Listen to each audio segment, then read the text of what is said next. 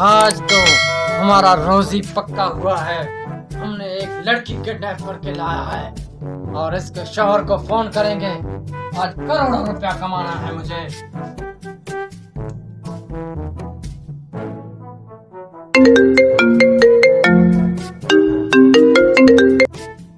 अस्सलामुअलैकुम। वालेकुम सलाम। मैं डाकू नदीम बोल रहा हूँ।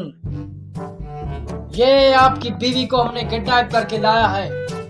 Oh no! सच में? हमें 10 लाख रुपए दे दो और सबूत के लिए मैं इसकी अंगुलियां आपकी तरफ काट कर भेज रहा हूँ।